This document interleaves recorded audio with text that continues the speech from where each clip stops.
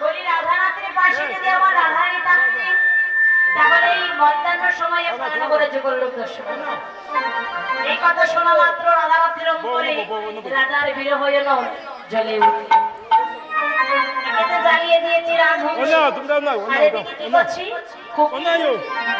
কুহ কুহ স্বরে কৃষ্ণ গুণগান করছি সুবল কোকিলকে নিষেধ করা বলছে ওরে কালো কোকিল ওরে কালো কোকিলা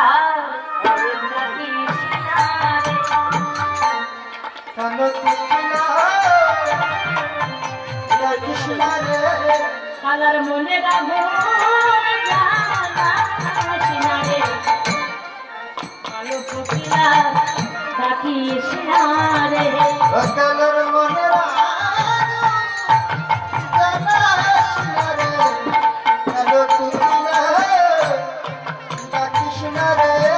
সুবল কোকিলকে নিষেধ করছে কিন্তু এবার ভ্রমর কি করছে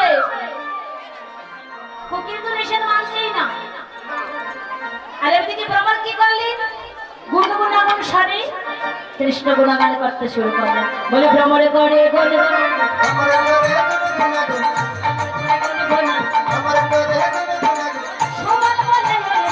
ভ্রমরে করে ঘরে সুবল ভ্রমরকে নিষেধ করছে কোকিলকে নিষেধ করছে কিন্তু বাবা কে কার কথা শুনি ভ্রমরে ভ্রমরি কোকিল কোকিলা এই বৃন্দাবনের পশু পাখি তারা তরুলতা কীট পতঙ্গ সবাই বলছে আরে সুবল তুই মানব বলে জন্ম নিয়েছিস কৃষ্ণ ভজনের শুধু তোরই অধিকার আছে আমরা তো বনের পশু পাখি আমরা বৃন্দাবনে জন্ম নিয়েছি বটে কিন্তু আমাদের তো বাক শক্তি নেই তাই আমরা প্রকাশ্যে কৃষ্ণ নাম করতে পারি না কিন্তু আজ যখন দয়াময় আমাদেরকে দয়া করে কৃপা করে ভজন করার সুযোগ দিয়েছি এহেন ভজন থেকে আমরা বঞ্চিত হব না জয় রাধে দেখুন মায়েরা বৃন্দাবনের পশু পাখি তৃণলতা কীট পতঙ্গ ওরা কৃষ্ণ ভজন করছে কিন্তু আমরা যে মানব দেহ লাভ করলাম এই যে উত্তম জন্ম পেয়েছি কিন্তু উত্তম কাজ কি আমরা করতে পেরেছি না তাই বৈষ্ণবগামী বলে আরে মানব এই বৃন্দাবনের পশুকে তোমরা পশু বলে দেখো না বলে কেন বৃন্দাবনের পশুগণ আমাদের চেয়েও ভালো বলে কেন কারণ তারা পশু বলে জন্ম নিয়ে কৃষ্ণ ভজন করলো কিন্তু মানব হয়ে জন্ম নিয়ে একবারে কৃষ্ণ বলে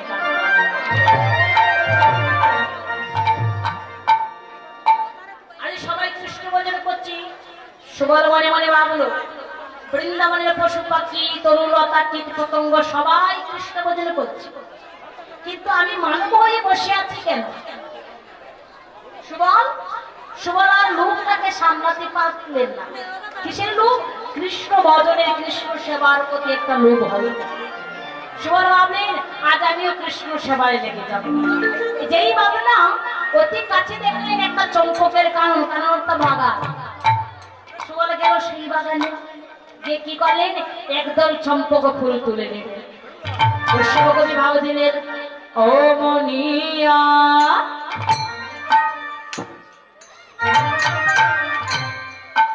আনিয়া শোন শিবা চম্পকের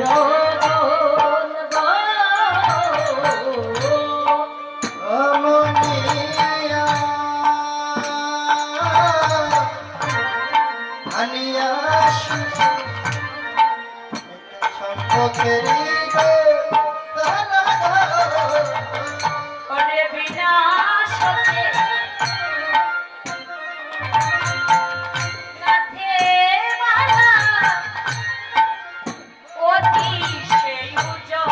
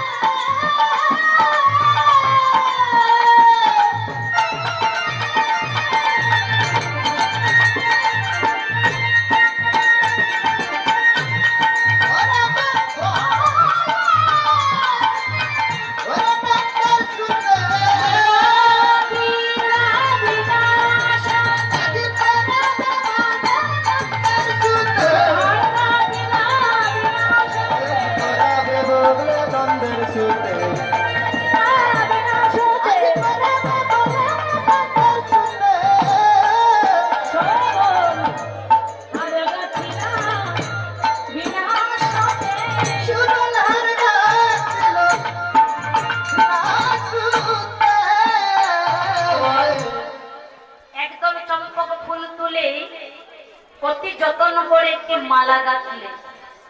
দিদি এই মালায় সুতা আছে, কিন্তু সুবোধা যে মালাটি গাঁথলেন এই মালায় কোনো সুতা ছিল না। তাহলে সুতা ছাড়া কি মালা গাঁথা যায় না? সুতা ছাড়া কি মালা গাঁথা যায়? বলে না। তবে হ্যাঁ গো, কৃষ্ণ অনুরাগ যদি কারো অন্তরে থাকে, সে যদি মালা গাঁথি তার সুতার প্রয়োজন হয় না। তো সুবলের অন্তরে ছিল কৃষ্ণ অনুরাগ, কৃষ্ণ অনুরাগের সুতা দিয়ে একটি মালা গাঁথলেন, কিন্তু জগতের সুতা নিলেন না। এবার মালাটি হস্তি করে কি করলেন? মালা করি করে কহে গিরি ধরে, মালা করি করে কহে গিরি ধরে,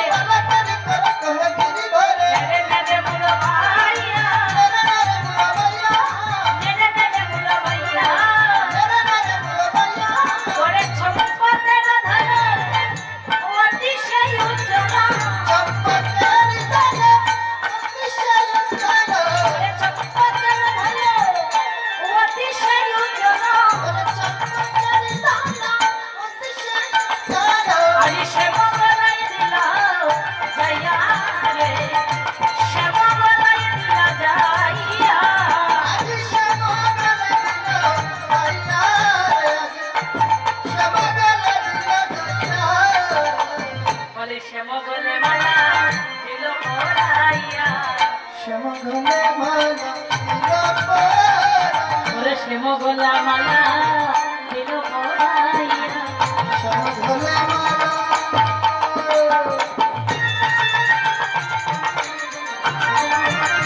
দিল পরাইয়া। তারতি সানে শ্যামগলে মালা দিল তারতি সানে শ্যামগলে অতি যত্ন করে মালাটি গেতি এবারে গোবিন্দের গলায় গিয়ে পড়াইয়ে দিলেন। যেই না গোবিন্দের গলায় চম্পক ফুলের মালা দিলেন, চম্পকের পরশ পেয়ে বলছে বাইরে শুভ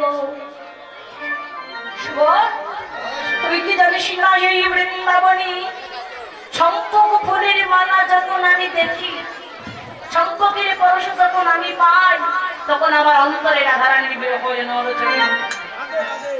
সুভাষ কহে গিরিধরে একিরে একিরে প্রমাদ গোটালে বলি, প্রমাদ গোটালে তুষে লয়া গেল জানালে সুবল রাধা জাগাইলে, রাধা জাগা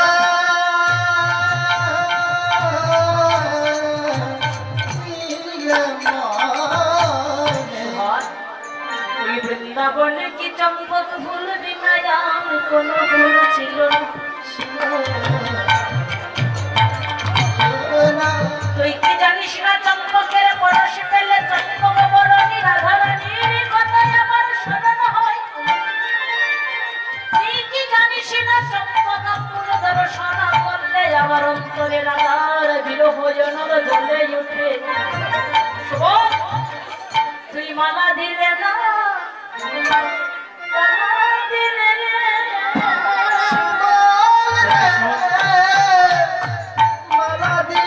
সুধীভক্তবৃন্দ, মন্দিরের দক্ষিণ পাশে মহাপ্রসাদ বিতরণ চলছে, আপনারা সবাই মহাপ্রসাদ গ্রহণ করুন।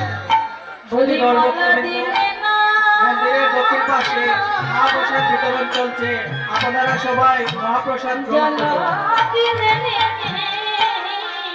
অশুভ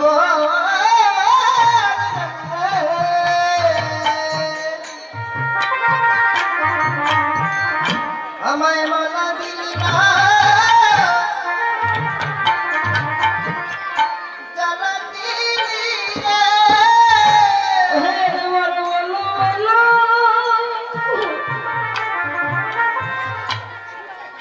বলো বলো প্রাণের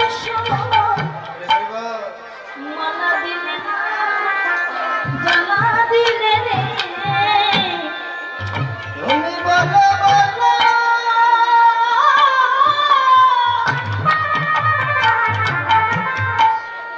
বলো বলো প্রাণের শুভ, আমায় মালা দিলি না, জ্বালা দিলি এই সময় এই বৃন্দাবনে তো চম্পক ফুল মিলি আরো ফুল ছিল, কিন্তু তুই যখন চম্পক ফুলের মালা গেতে আমার গলায় দিলি, আমার অন্তরে রাধার বিরহ হয়ে আমার জমে উঠল। সুভান,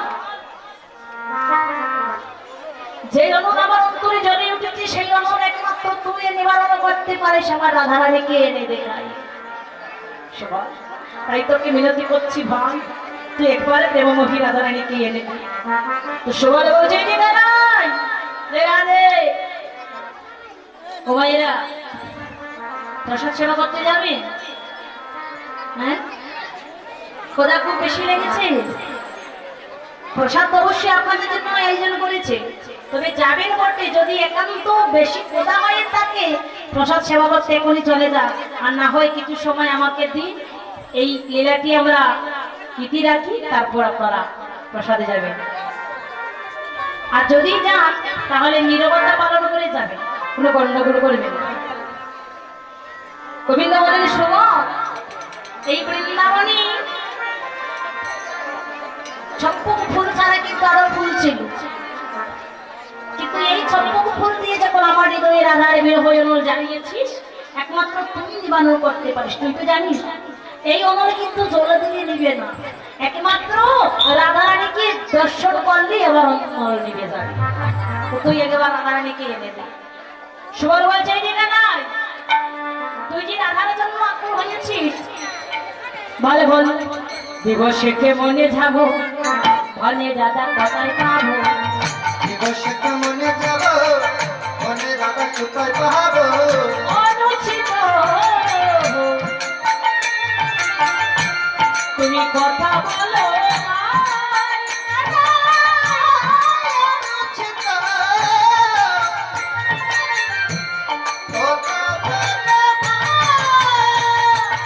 ওরে রাজা রতন, তুমি বলে কদিন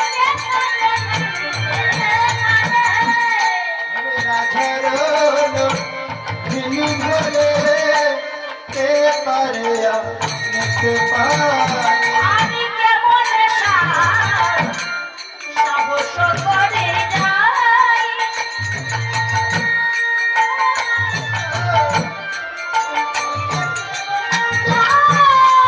এই যে নারাই সুবলবাজি এখানে শোন শোন, তুই কি জানিস না রাধারানী রাজনন্দিনী মানে রাজার ঘরে বসতি বটে, রাজার নন্দিনীকে জটিলা কুটিলা সবাই নজর বন্দিনী করে রাখে, আমি কোন সাহসে তাকে আনতে যাব?